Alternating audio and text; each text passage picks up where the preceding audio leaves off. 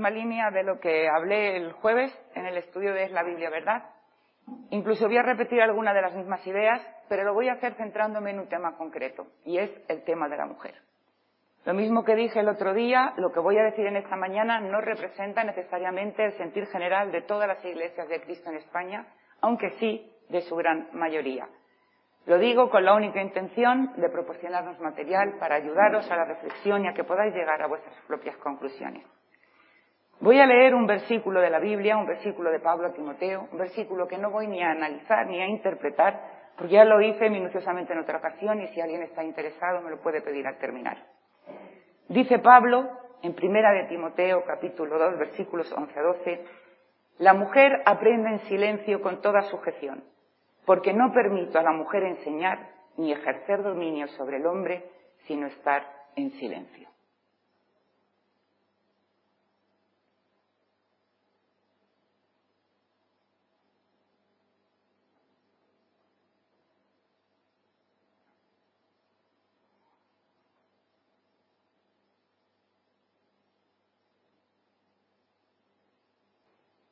La violencia contra las mujeres en todo el mundo es la consecuencia más extendida de la discriminación de género. Según la Oficina de las Naciones Unidas contra la Droga y el Delito, el 58% de las mujeres asesinadas en el año 2017 lo fueron por sus parejas o exparejas. En promedio, 137 mujeres son asesinadas diariamente por algún familiar.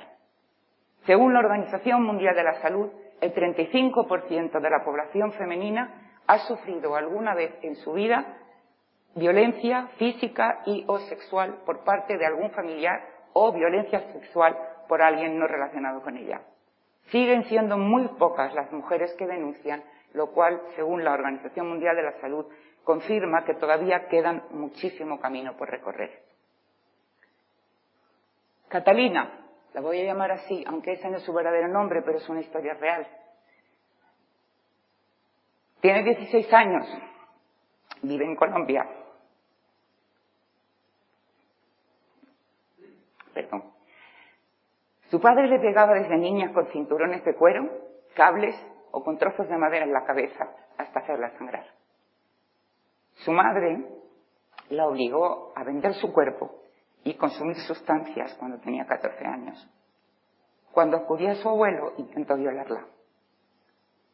Hoy en día es una prostituta. Y ella pide que la pellizquen tan fuerte como puedan para que se den cuenta que ella no siente nada. Está más allá del dolor. En Madrid, hace 2 años, se detuvieron a 13 personas, entre ellas familiares y clientes, que pagaron por mantener relaciones sexuales con una niña menor de 12 años mientras la mantenían narcotizada. Existen 650 millones de niñas esposas en el mundo y 10 millones más están en riesgo de ser casadas a consecuencia de la pandemia. En el año 2020 se registró el mayor aumento de matrimonio infantil en los últimos 25 años. Tenía 10 años, relata la víctima, cuando el hermano de mi madre me violó. Su padre intentó violar a mi madre. Su hermano violó a mi prima de 12 años. Su otro hermano violó a su hija desde los 9 hasta los 15 años. En España, el incesto no está tipificado como delito. El 3 de febrero del 2022, Protestante Digital dio la noticia de que un pastor evangélico había sido condenado en Murcia a 8 años de cárcel por abuso a menores. Su esposa también fue condenada a 2 años de cárcel. El 21 de septiembre del año 2021, la Policía Nacional detuvo en Getafe a un pastor evangélico por abusar sexualmente de niñas, de 4 niñas con edades comprendidas entre los 6, 7, 9 y 10 años. Carmen, cuyo caso no es el mismo que este, pero que sufre también otro tipo de violencia, es profesora universitaria, prepara a los hombres y mujeres del futuro. En su iglesia no le han prohibido que ejerza su profesión, pero sí le han prohibido que comparta esa capacidad que ella tiene una vez que entra en la iglesia. Carmen se tiene que sentar todos los domingos y escuchar a hombres menos preparados que ella y mucho menos aptos para la enseñanza por el simple hecho de que son hombres, ella es una mujer. Eso sí, La dejan que hable con los niños y que hable con otras mujeres, pero eso ella lo entiende como una limitación. Esto que os acabo de contar, y de lo que no solemos hablar en las iglesias, aunque lo vemos en las noticias, o podemos verlo si es que queremos abrir los ojos, esa es la triste y cruda realidad. Sé que hay también violencia masculina, sé que hay prostitución masculina, sé que hay abuso a niños, pero como dije al principio, es en la mujer en la que me voy a enfocar y tenemos que reconocer que es ella la que padece en mayor grado todas estas aberraciones. Esto que acabamos de ver, estos son los hechos. Esta es la realidad. Estas son las mujeres concretas de carne y hueso a las que también hemos de ir y predicar y anunciar el Evangelio, porque hemos de hacerlo a toda criatura. Y la pregunta que yo os quiero dejar en esta mañana es: ¿les estamos realmente anunciando a todas estas mujeres una buena noticia, diciéndoles que permanezcan en silencio y sumisión? ¿O deberíamos mantenernos en silencio todos nosotros y no hacer su carga más insoportable? Sé que muchos estaréis pensando ahora, bueno, Yolanda está sacando las cosas fuera de contexto, todos los evangélicos, todos los cristianos condenamos todas estas cosas, el versículo que ha leído al principio no se refiere a esto, y es posible que tengáis razón. Pero lo que una lectura literal de la Biblia sí hace, por desgracia, con ese versículo y con otros parecidos, es contribuir a formar una idea sobre la mujer que hace posible que este tipo de cosas estén ocurriendo. E incluso a veces que las ampare. ¿Cuántas veces hemos oído decirle a una mujer que debe mantenerse junto a su marido porque esa es la voluntad de Dios, cuando Dios en ningún momento puede querer ningún tipo de violencia? ¿Cuántas veces hemos escuchado, y yo se lo he oído decir incluso a cristianos, cuando una chica ha sido violada, ella se lo ha buscado por la forma en que iba vestido provocando? Y no nos engañemos, yo estoy a favor de que la mujer vista con prudencia y que no intente estar provocando a nadie. Pero también, si vamos a citar versículos, hay otro que dice que si tu ojo te es ocasión de caer, te lo saques. ¿Por qué somos tan selectivos a la hora de escoger los versículos de la Biblia y a la hora de decir qué es lo que hemos de creer?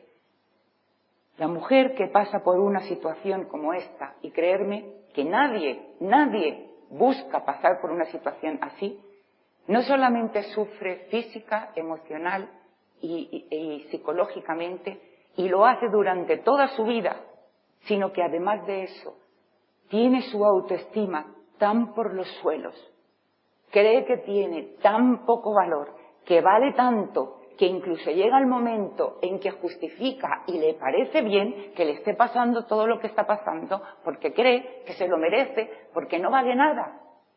Y encima se siente tan humillada y tan avergonzada que es incapaz de poder hablar del tema, lo cual hace muy difícil que se pueda hablar. Se mantiene en silencio, como si ella fuera la culpable en vez de la víctima. ¿Por qué este comportamiento hacia las mujeres? Porque a lo largo de la historia, y desgraciadamente, cuando leemos la Biblia literalmente desde el principio del Génesis, la mujer ha sido considerada como un ser de segunda categoría, cuya única misión en esta vida es la de servir al hombre. Por citar solamente unos ejemplos.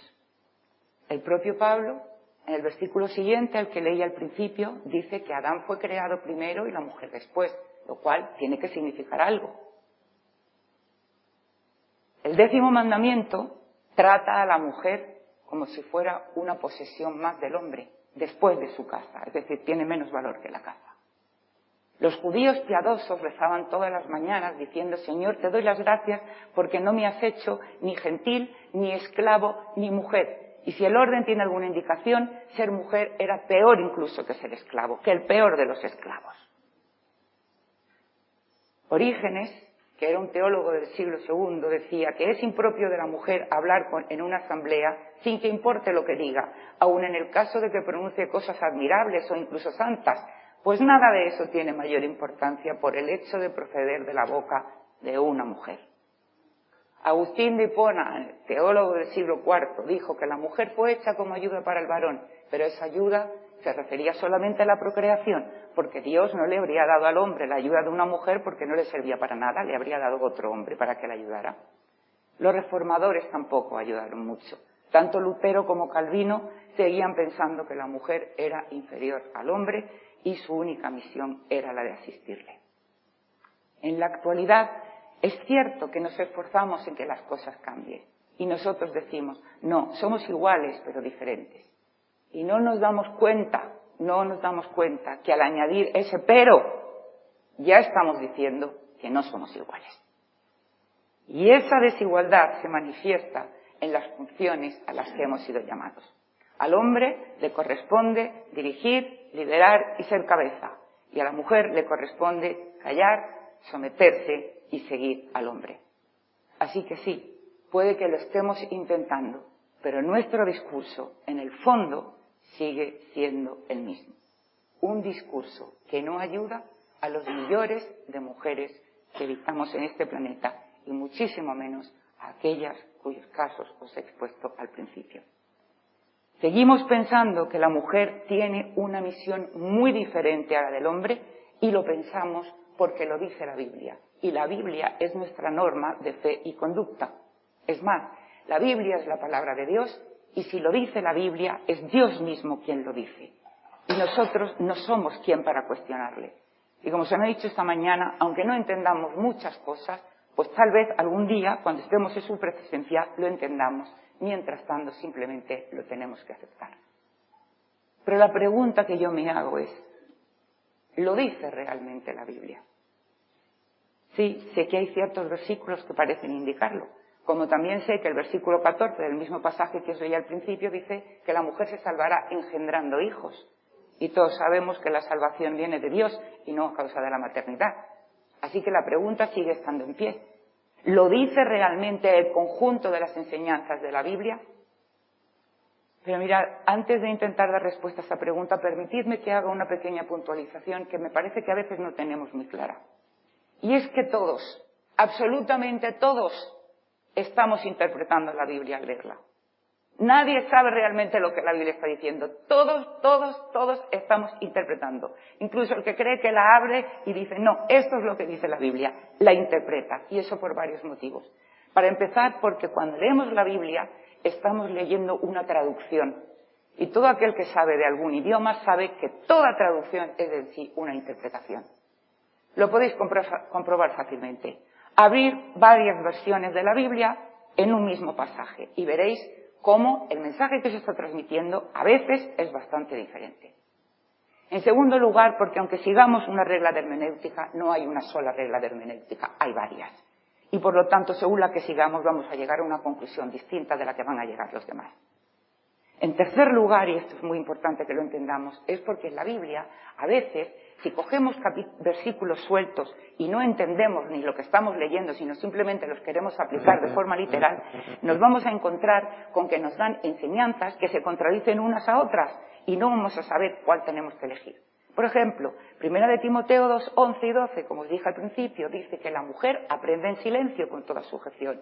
1 de Corintios 14, 34 y 35 dice, vuestras mujeres callen en las congregaciones, porque no les es permitido hablar, sino que estén sujetas como también la ley lo dice. Y si quieren aprender algo, pregunten en casa a sus maridos, porque es indecoroso que una mujer hable en la congregación. En cambio, Marcos 16:15 dice, id por todo el mundo y predicad el evangelio a toda criatura. Y Mateo 25, 14, 30, aunque no lo voy a leer entero porque es muy largo, dice que utilicemos todos los dones que Dios nos ha dado a cada uno de nosotros sin especificar que seamos hombres o mujeres.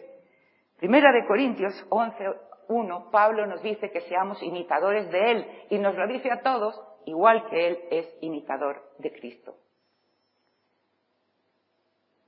1 de Corintios 11:3 dice que Cristo es la cabeza de todo varón y el varón es la cabeza de la mujer y Dios la cabeza de Cristo.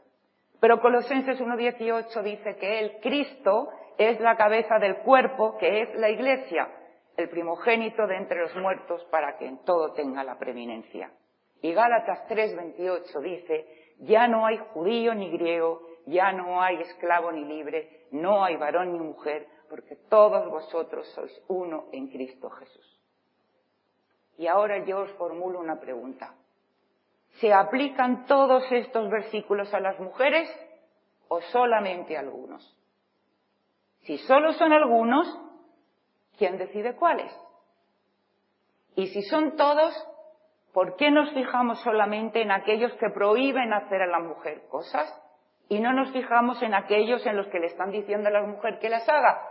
Porque resulta que las mujeres llega un momento en que no sabemos ya qué debemos obedecer. Y por último, que aunque cuando leemos la Biblia pensamos, no he estado pasando esto, que aunque cuando leemos la Biblia pensamos que con una simple lectura ya podemos saber lo que sea, el hecho de que existan, y eso es comprobable, tantas interpretaciones diferentes, ya es una demostración de por sí de que la Biblia puede dar pie a muchas formas de entenderla. ¿Qué estoy diciendo con esto? ¿Que la Biblia no es de fiar o que no podemos saber lo que realmente dice Dios? No. Vuelvo a repetir lo que dije el otro día. Que tenemos que ser muy prudentes y tener mucho cuidado antes de decir la Biblia dice, y sobre todo antes de decir Dios dice. Hay que tener mucho cuidado y tener mucho temor a Dios para hablar en su nombre, porque no vaya a ser que lo que nosotros estamos diciendo que Dios dice, lo esté diciendo Yolanda y esté yo usurpando el nombre de Dios. Tras esta puntualización, voy a retomar el tema de la mujer. Todo el problema a lo largo de la historia es que el hombre fue creado primero y la mujer después, y que la mujer fue creada para servir y ayudar al varón. Como vosotros sabéis, hay dos relatos de la creación en Génesis. En Génesis capítulo 1, versículos 27 y 28, se nos dice que Dios creó al hombre y a la mujer a su imagen y semejanza, y a los dos les dio la misión de dominar, es decir, de cuidar, proteger y servir a la creación, porque eso es lo que significa la palabra dominio. Sin embargo, en el capítulo 2 se nos dice que Dios creó primero a Adán. Cuando vio que estaba solo y necesitaba ayuda, creó a los animales. Cuando vio que estos no servían, entonces creó a la mujer para que fuera de su ayuda. Es como cuando uno va tranquilamente correteando por un hermoso prado lleno de flores y de pronto ¡fasca! Se choca como contra un muro. Después de leer el capítulo 1 de Génesis, parece que la visión de la mujer se encoge en el capítulo 2. De imagen de Dios a ayuda idónea. De mujer con capacidad de ejercer dominio a mujer como ama de casa, esposa y madre. De una líder a una seguidora. De igualdad absoluta con el hombre a ejercer una función diferente. De ciudadana del mundo a ciudadana de segunda categoría. ¿Cómo puede ser el mensaje que están en estos dos primeros capítulos de la Biblia tan diferentes? ¿Cómo pueden transmitir algo tan distinto? ¿Y por qué preferimos el capítulo 2 al 1? Porque ese es el que solemos utilizar para hablar sobre la mujer.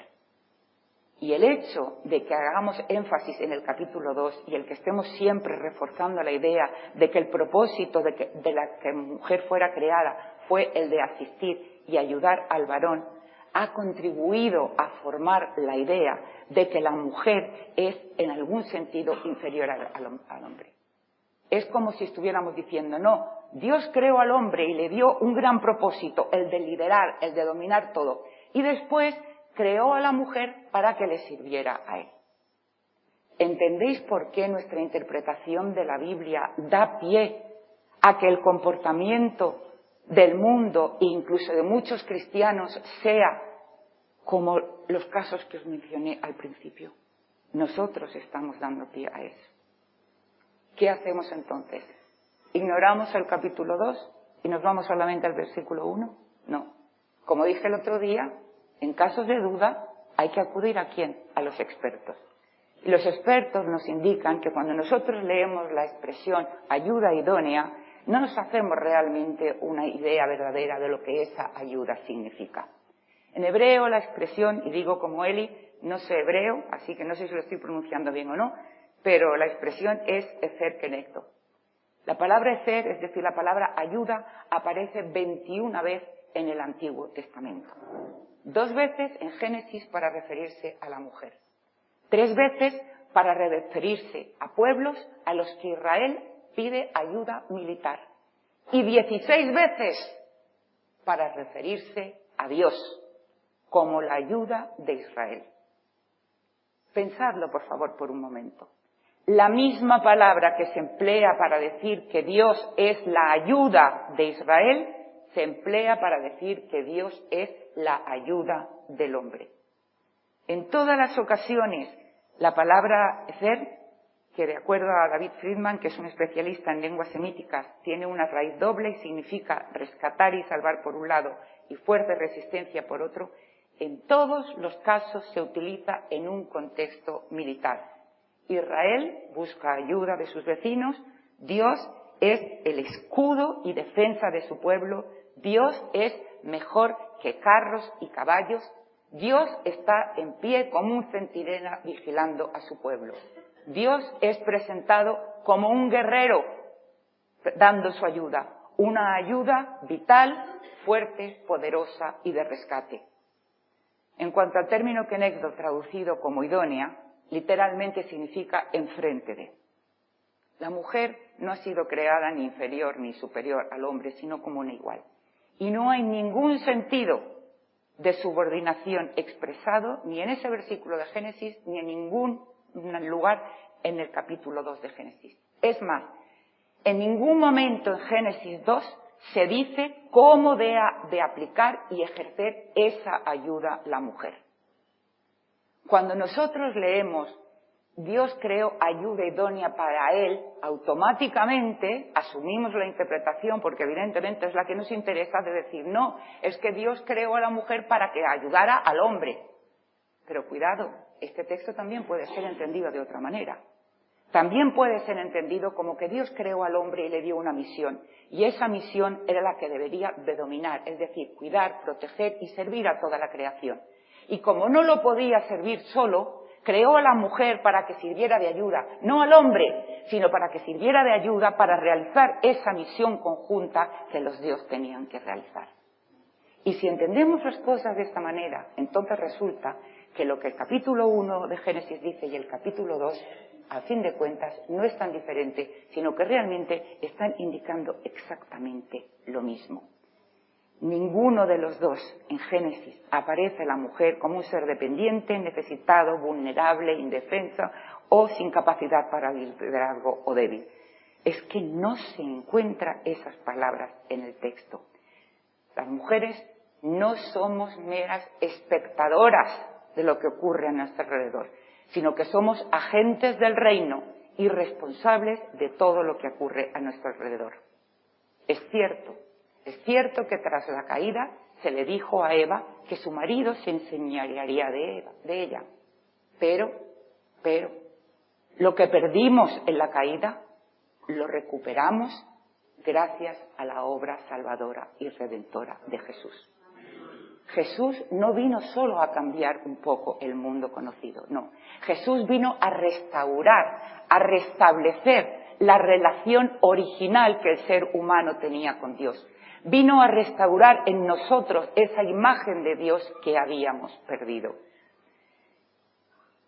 No es que hombres y mujeres seamos iguales, pero diferentes. No. Es que, aunque somos diferentes, gracias a la obra salvadora y redentora de Jesús, somos iguales. Y entended que hay una gran diferencia. Aunque somos diferentes, gracias a Jesús, somos iguales. Los primeros seguidores de Jesús no distinguieron entre hombres y mujeres.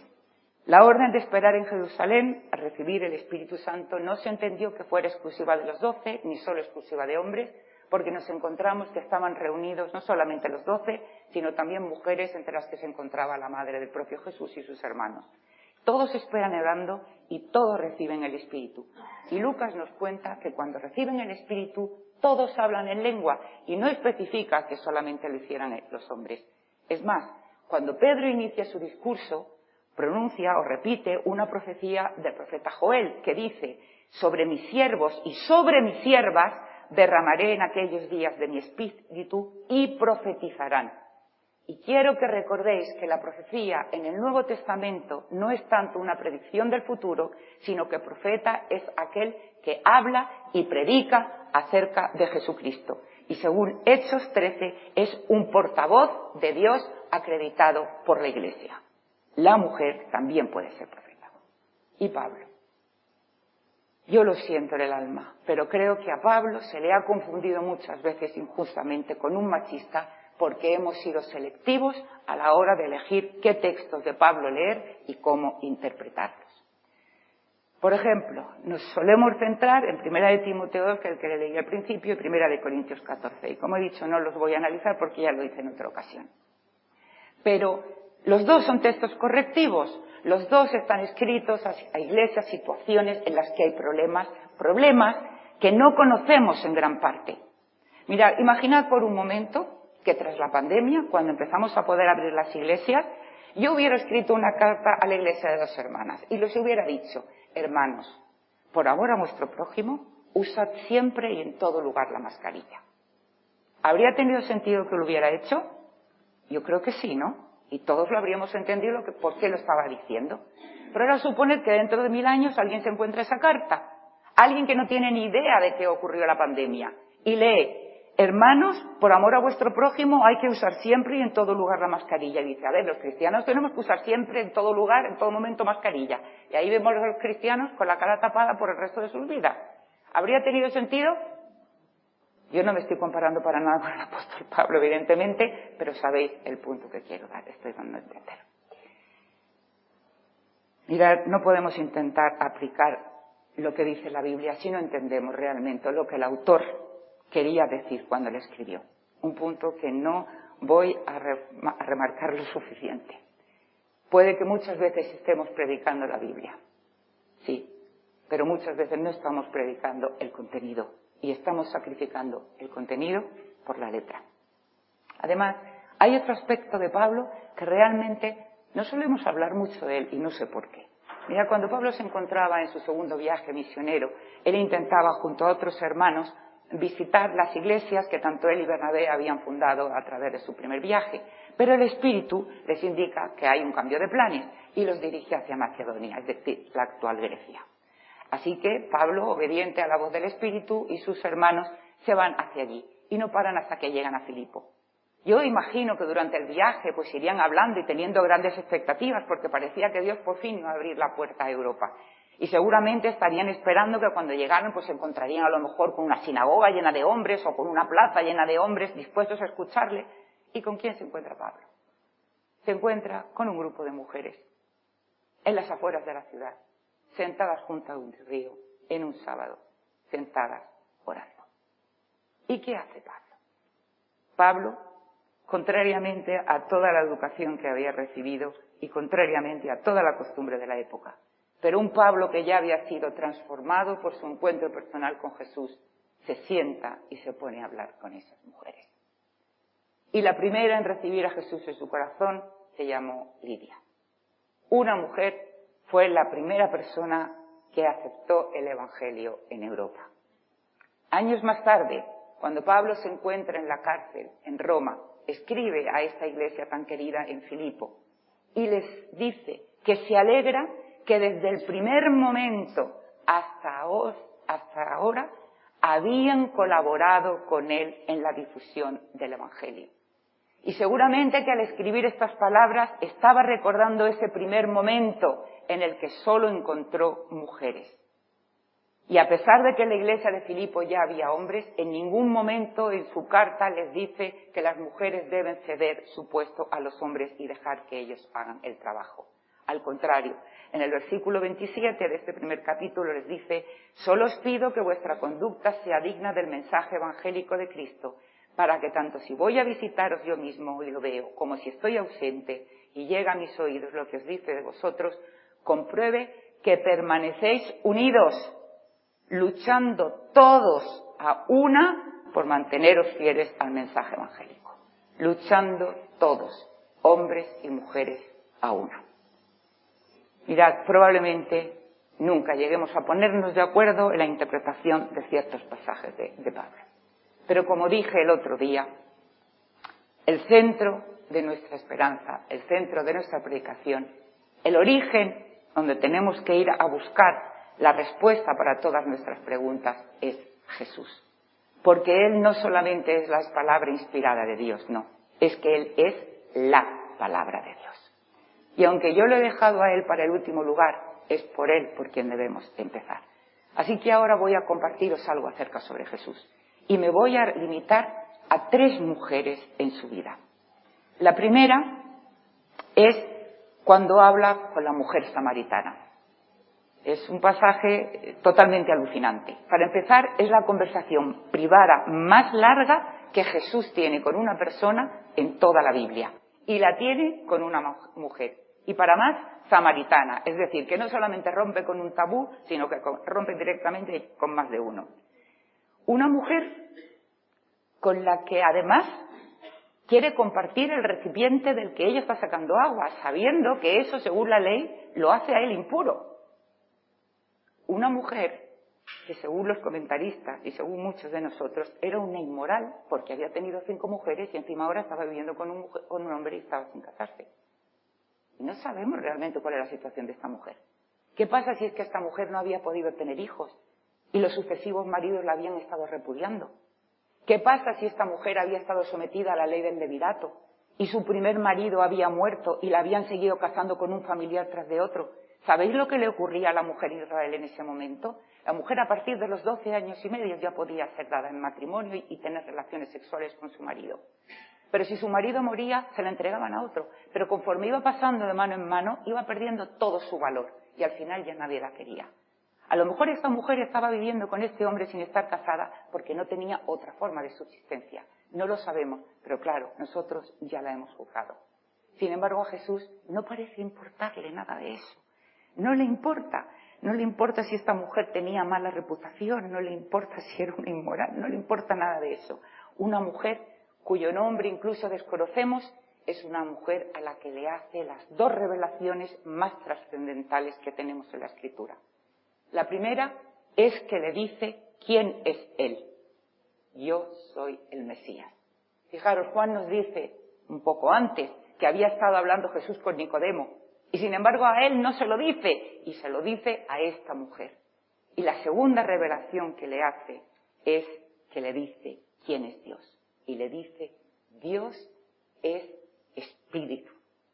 Y esto no había sido dicho de una forma tan explícita con anterioridad en todo el Antiguo Testamento. Dios es espíritu. Mirad, cuando leemos la Biblia, siempre Dios está expresado en términos masculinos. Y yo sé que a los hermanos a lo mejor no lo entendéis, pero para las mujeres muchas veces, o por lo menos yo muchas veces me he hecho la pregunta, ¿cómo puedo ser yo imagen de un Dios masculino? ¿Cómo puedo yo imitar a un Dios masculino siendo yo como soy mujer? ¿Recordáis el principio de Génesis? Al principio de Génesis, ¿qué se nos dice? Dios creó los cielos y la tierra estaba desordenada y vacía, y el Espíritu de Dios, ¿verdad?, se movía sobre la faz de la tierra, de las aguas, perdón. Ahora, no sé si sabréis que la palabra espíritu, aunque en español es masculina, en el original hebreo es femenina. ¿Y esto qué quiere decir? Que desde el principio de la Biblia, Dios se da a conocer utilizando un lenguaje tanto masculino como femenino. Y cuando más tarde dice, hagamos al ser humano a nuestra imagen y semejanza, lo masculino y lo femenino están ahí puestos, los dos. Yo no estoy diciendo con esto que Dios sea en parte hombre y en parte mujer, ni en parte masculino y en parte femenino, sino que Dios utiliza el lenguaje de la pluralidad para presentarse. Porque la realidad es que Dios está tan fuera de nuestro conocimiento y nuestra capacidad de entendimiento que no podemos llegar a saber lo que es Él. Pero lo que no podemos hacer es intentar limitarlo y encerrarlo dentro de las estructuras que nosotros tenemos hechas de nuestro conocimiento. Por lo menos que esto que acabo yo de decir nos ayude a las mujeres a reflexionar que lo femenino también está incluido en la Biblia, en el lenguaje original al hablar de Dios. La segunda mujer de la que quiero hablar es María, la madre de Jesús. Hay muchos cristianos que piensan que las mujeres no pueden tener una función de liderazgo en la Iglesia porque Jesús fue un hombre, los discípulos fueron hombres y entonces las mujeres no pueden imitarlo. Y yo realmente, sinceramente, no sé a qué se refieren cuando me dicen eso, pero en fin, supongo que por algún motivo lo estaba diciendo. Pero no sé si estamos entendiendo realmente la diferencia que hay entre el Jesús humano y el Jesús divino. Acabamos de ver que Dios es espíritu. El que ese espíritu eligiera manifestarse en esta tierra, en el cuerpo de un hombre, no implica que ese espíritu sea un hombre. No quiere decir que Dios sea un hombre. No quiere decir que podemos encerrar a Dios dentro de la humanidad del hombre Jesús. Porque si hacemos eso, si no distinguimos entre el aspecto humano y divino de Jesús, vamos a llegar a consecuencias y a conclusiones a las que no queremos llegar, como por ejemplo a las que han llegado muchos cristianos cuando han afirmado que María es literalmente la Madre de Dios. Porque claro, si Jesús es hombre y Jesús es Dios, pues entonces María es la Madre de Dios. Entonces, o distinguimos y vemos que Dios es espíritu a pesar de que se revela en un cuerpo de hombre, o vamos a caer en problemas muy grandes. Y la última mujer de la que quiero hablar es de María Magdalena, una mujer que fue discípula de Jesús. Como ha dicho admirablemente él esta mañana, no voy a repetir lo que significa ser discípula porque a ella ya lo he explicado, pero fue discípula de Jesús. Y es cierto que ella y otras mujeres servían a Jesús para servirle, y entonces nosotros pensamos, bueno, sí era discípula, la estaba sirviendo, pero estaba haciendo las funciones propias de una mujer, que era pues ponerle la mesa cuando terminaran y prepararle la cama cuando llegara la noche. Pero mirad, cuando resucita, Juan nos dice que cuando Jesús llama a María por su nombre, le dice María, María se vuelve y ¿qué le dice? Maestro. Maestro. Con esa sola palabra, María está dando a entender que ella había sido una discípula, es decir, una alumna, porque eso eran los discípulos en tiempos de Jesús, alumnos, que había seguido al maestro, porque en aquella época los maestros eran itinerantes. ¿Para qué? Para aprender todo lo que tuviera que decir y para imitar su estilo de vida.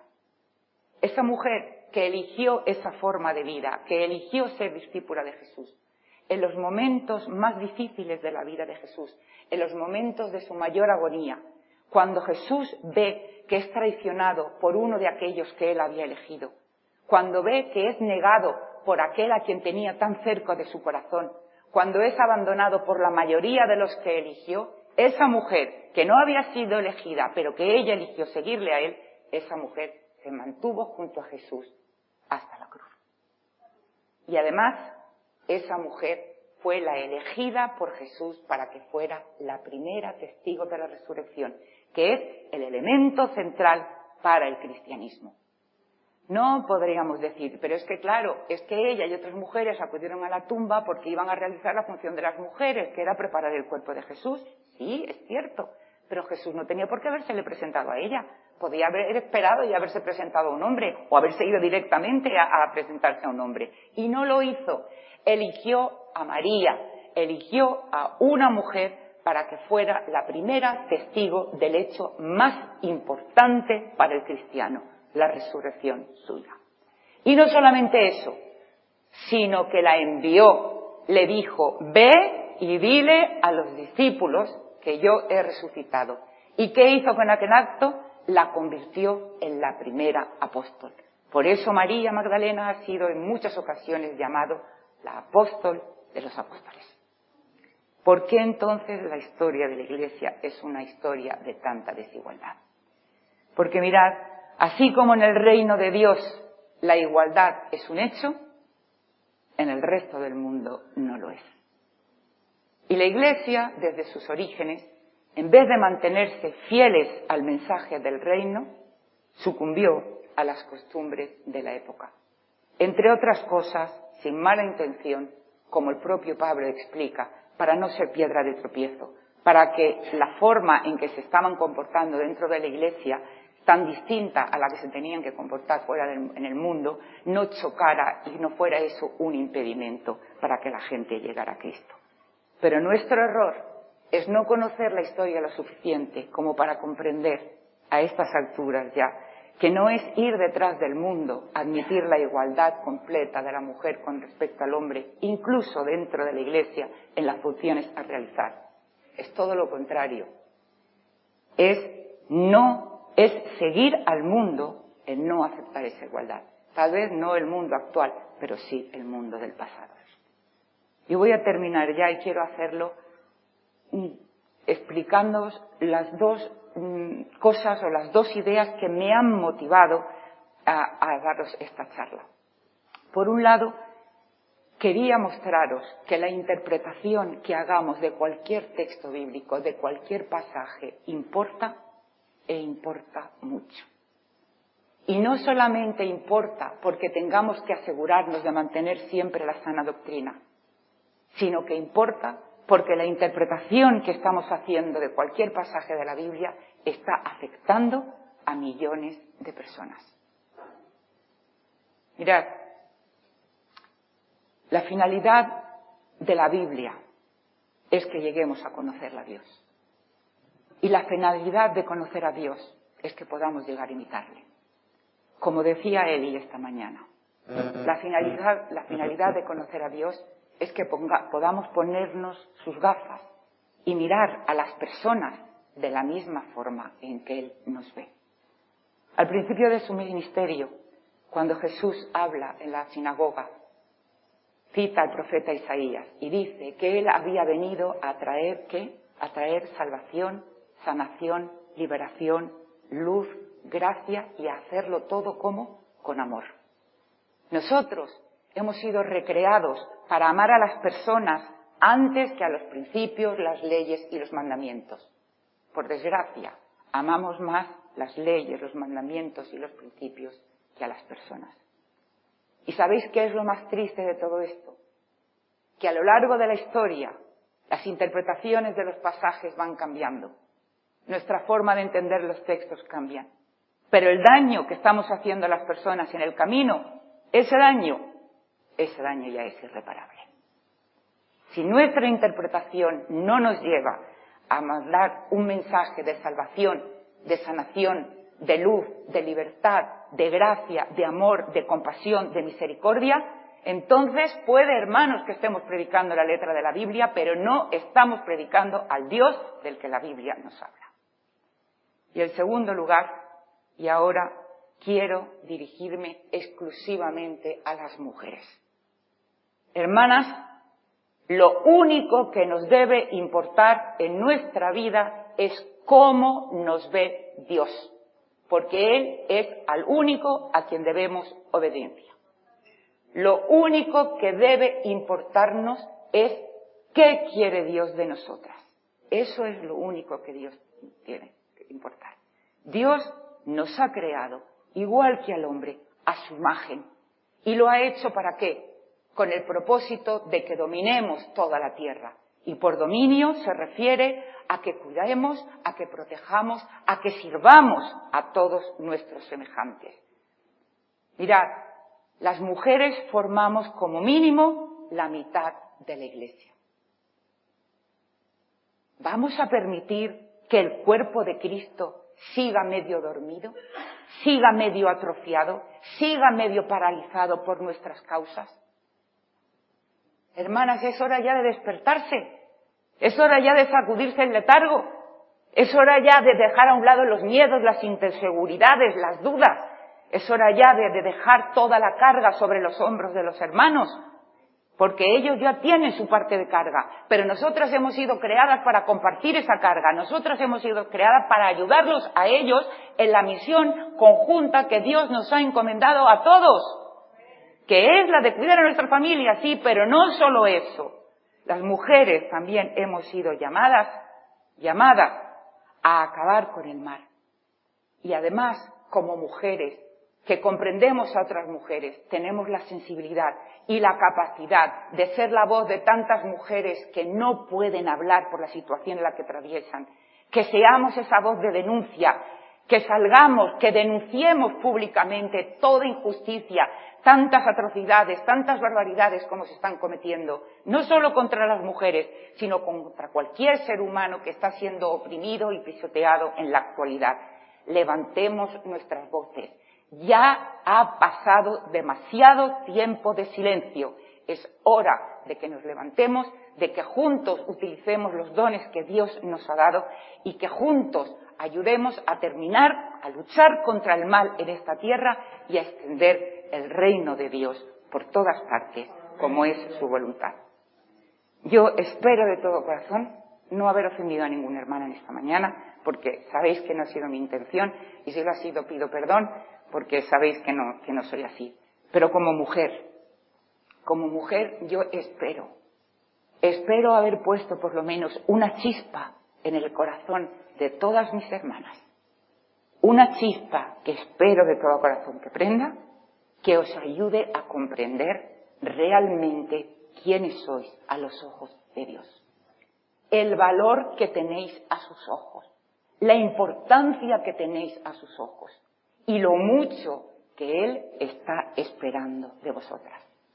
Hermanas, despertemos de nuestro sueño de siglos y empecemos a trabajar. Que Dios nos guíe y nos bendiga.